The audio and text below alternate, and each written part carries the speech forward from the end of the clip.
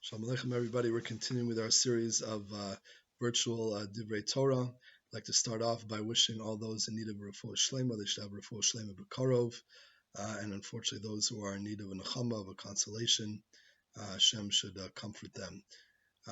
This week we have a double parsha. We start off with Parshas Parshas Tazria, followed by Parshas Metzora. Parshas Tazria starts off with a section of Tumas Yoledes, of a woman who gives birth either to a male child or a female child, as will be explained, and she's impure for a certain number of days, depending on what kind of child she gives birth to, male or female. The Torah says if she gives birth to a male child, she is impure for a period of 7 days of strong tumah, followed by a period of lesser tumah of 33 days. And after that 40-day period of 7 plus 33, she brings karbanos and she could become tahora.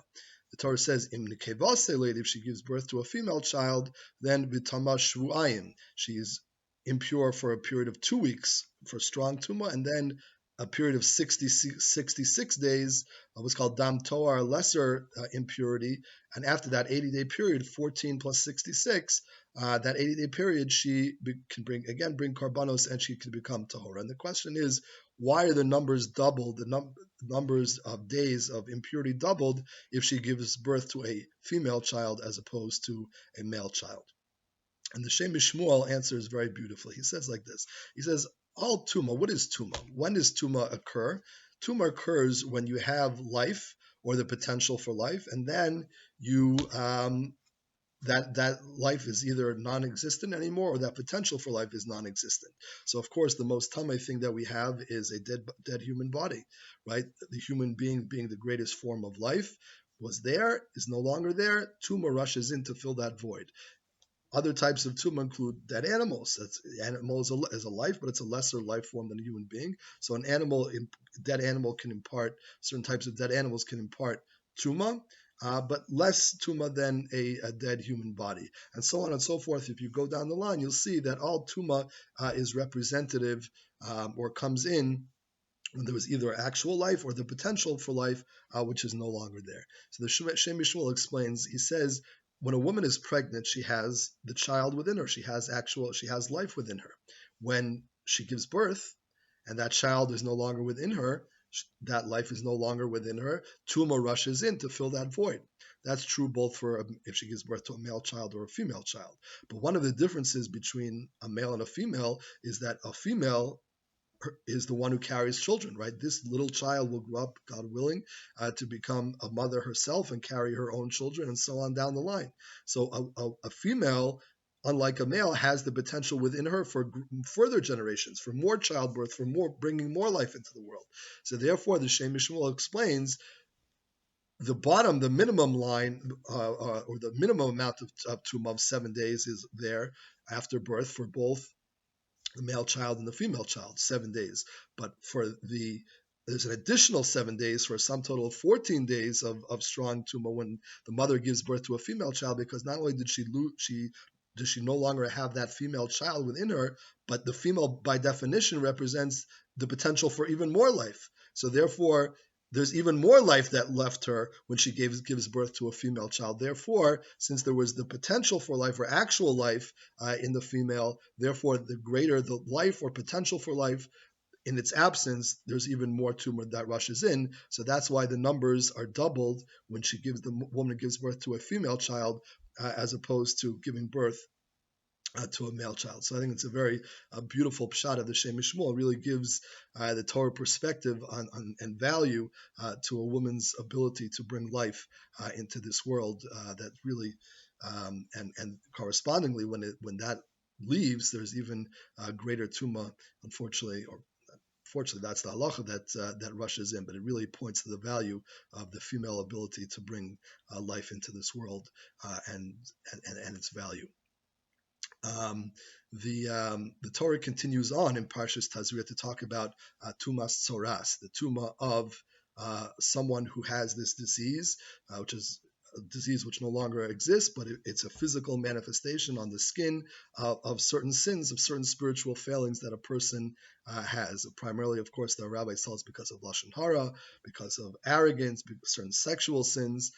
That's when a person gets this affliction on their skin called tzoras. And the Torah calls the plague of tzoras, it calls it a nega. Nega tzoras kisi abadam. Nun gimel ayin, the word for plague in Hebrew. And many commentaries point out that the word for nega, plague, and oneg, pleasure, is actually the exact same letters. In fact, the nun and the gimel are exactly the same in both. The question is, where do you put the ayin? Is the ayin on the right side at the beginning of the word, or on the left side at the end of the nun and the gimel? If it's on the beginning, on the right side, then it's oneg, it spells pleasure. If the ayin is on the left side, it spells nega, which means plague. And of course, the very letter ayin itself means eye in Hebrew. The word ayin in Hebrew means eye. So the question is your eye on the right side? If your ayin is on the right side, it's oneg, pleasure. If your ayin is on the left side, if your eye is on the left side, it's plague. What does that mean, right side versus left side? So in Kabbalah, it's taught that the right side represents kindness, generosity, giving. The left side represents judgment, din, gvura, severity, harshness. So the question is, where is your eye? Where is a person's perspective? If their perspective is on the right side, a kind, generous way of looking at things, so then that person will have a life of oneg, of pleasure. If their perspective is if their ayin is on the left side, is one of harshness and being condemnatory and judgmental and harsh and severe, so then unfortunately that brings a person will have a life of nega, of difficulty, and that brings difficulty into the world, unfortunately. So that's a question. It's all a question of where your ayin is, where your perspective. Now, of course, we know tzaras is a result of lashon hara, of bad speech. But where does bad speech come from? There's an antecedent to bad speech. It's a question how you look at things is how you speak about things. So if you look at things with your ayin on the right side with a good perspective, you'll speak about it nicely and kindly and generously. But if you look at things in a negative way, with your ayin on the left side and the side of severity, that's what brings lashon hara, which brings nega, which brings the plague of tzoras. And of course, it's been noted, I heard from my brother, Avram Yitzchak, you should be well, and others, that the word dever, another word for plague or pestilence specifically in Hebrew, could be related to the word dibur, speech, again underscoring the importance of speech or the danger of misusing our godly gift for speech. In fact, speech is our most godly gift. And how did God create the world? Ba'asara ma'amaros nivra olam. God created the world with speech, with 10 utterances. God said, let there be light, let there be this, let there be that, right? And that's how he brought speech into the world. So man's most godly gift is speech. In other words, that's man's most powerful and godly gift. So we have to be sure to use it for only good things, for building and constructive things like God created the world. You could build and create with speech. And unfortunately, but if you misuse speech, it's also the most harmful and most powerful negative thing. So we have to be very careful how we use this most powerful gift. In fact, man is known as a medaber. That's how he's categorized, as a speaker. In other words, not just for his intellect, but in Jewish philosophy, there's 4 categories of existence. There's medaber, humankind is known as a speaker. There's tzomeach, the behema, animal life, tzomeach, vegetative life, and domim, inanimate mineral life. But the category of man is called medaber, one who speaks. That's man's most special and sacred and godly gift and most powerful gift, and he has to be sure to use it appropriately. And that all starts with what your perspective is, with your ayin on the right side and looking at things in a positive light, glass half full, that'll cause you to use your power of speech in the proper fashion.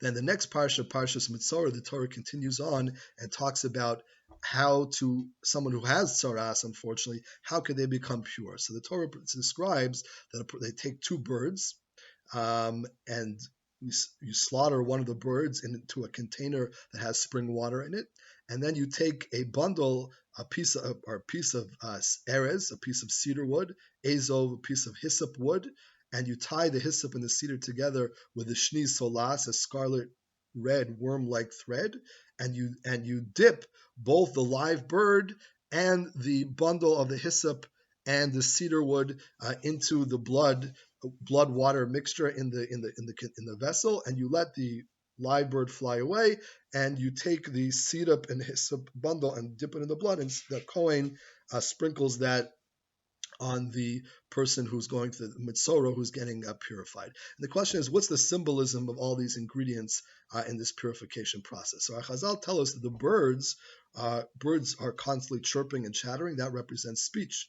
And of course, we know, like as we mentioned, that the tzaras came about as a result of inappropriate speech, lashon hara.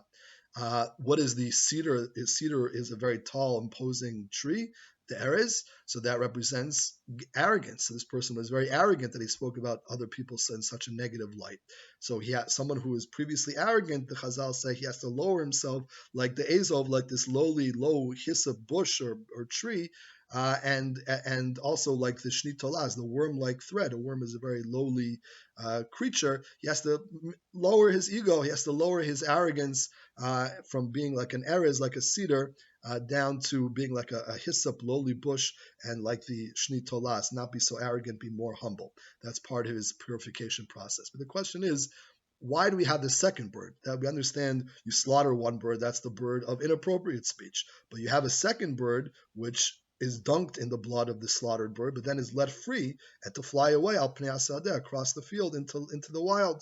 And also, why is really the erez part of the purification? He was arrogant like a cedar, but now we're trying to make him low, like or humble, like the azov, like the hyssop, and the shnit tolas, the worm-like thread. Why is the erez there? Why is the cedar there? And why is the second bird there?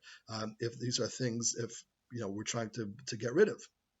So the answer is, some commentaries say, is that the Torah is not looking to get rid of speech. Torah wants us to speak. As I mentioned, we are a medaber. We are gifted with speech. The Torah just wants us to use the speech in a positive way, though. In other words, the second bird, the live bird, the bird which is not slaughtered, represents positive speech. We want to introduce that into the person. We don't want to walk around quiet all day, not saying a word. We want, yes, speak, but speak good things. Speak words of Torah study, words of prayer, words of kindness, generosity, of encouragement. So that's what the second bird represents. The Torah doesn't want you to get rid of speech. If that were the case, it would have slaughtered both birds, would not have a live bird there. But the Torah slaughters one bird, that's inappropriate speech. But the Torah has a second bird there to tell you, yes, use speech, but use it in a positive way. Speech is not obviously by definition bad. It's our godly gift, but we have to use it in a good way. That's what the Torah is showing us by having that second bird there. And why do we have the erez there, the big cedar there? Some commentaries explain. So of course it represents the process. You started off arrogant, but now you want to minimize yourself, deflate your ego, become a less arrogant person. But some commentaries point out that no, if that were the case, maybe we shouldn't have the erez as part of the ritual altogether. Just have the lowly bush. Why do you have the tall tree together with the lowly bush? So some point out very beautifully in a similar line to this, why we have the second live bird. We're not looking to get rid of bad self-confidence, if you will. In other words, egotistical behavior, that, yes, we are looking to get rid of. But sometimes you need a little bit of, a feeling of can-do, a feeling of self-empowerment, of self-confidence. That we're not looking to get rid of. So the erez, on the one hand, could represent arrogance, yes, that we are looking to get rid of. But the erez could also represent, there's a positive aspect to the erez as well. There's a positive aspect. We're looking to get rid of selfish egocentricity and a selfish behavior. That we are looking to get rid of. But there's a certain amount of cedarness, if you will. The erez represents an ability, a certain self-confidence a person has in their ability to accomplish, to do good, that the Torah does want to retain. And there's that positive aspect of the cedar the Torah does want to retain. So that's why this cedar is there as part of the purification ritual as well. The good bird, there's the live bird, yes, positive speech, no to negative speech, but yes to positive speech. That's the second bird. And the erez, no to arrogance, but yes, the positive side of the erez, we want self-confidence, yes, the ability, belief in oneself to do good, that you have the ability to accomplish and to do good.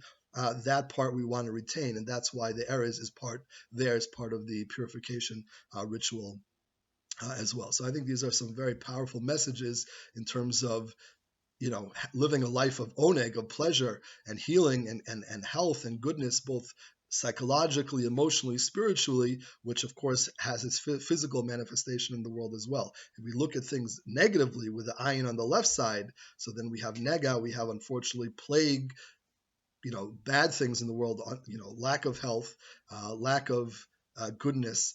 So our actions really do have a very real world impact. And I think, of course, that's something to take to heart given our current situation that, unfortunately, we're dealing with a nega, we're dealing with dever, we're dealing with a plague currently. But our Torah tells us that mankind is really the fulcrum of creation, of nature as well. How men and the Jewish people specifically behave, how we improve our behavior, and specifically our most powerful faculty of speech, we could turn things from nega, from a plague, into and dever, into what? Into oneg, into pleasure, into health, into healing. If we rectify our perspective, we look at things in a kind way with our ayin on the right side, on the side of goodness and generosity. We speak, the second bird, speak positive, encouraging words that brings healing and health and goodness into the world. May we be zocha to be successful in our attempts to improve our perspective, the way we look at things, to not be egotistical, but yet rather have self-confidence in ourselves to accomplish good things. And that merit of working on ourselves, working on our perspective, will get rid of the nega, and Meretz Hashem will be zocha to oneg and to good health and to healing and to Yeshuas v'nachamos b'karov. Amen. Have a great Shabbos.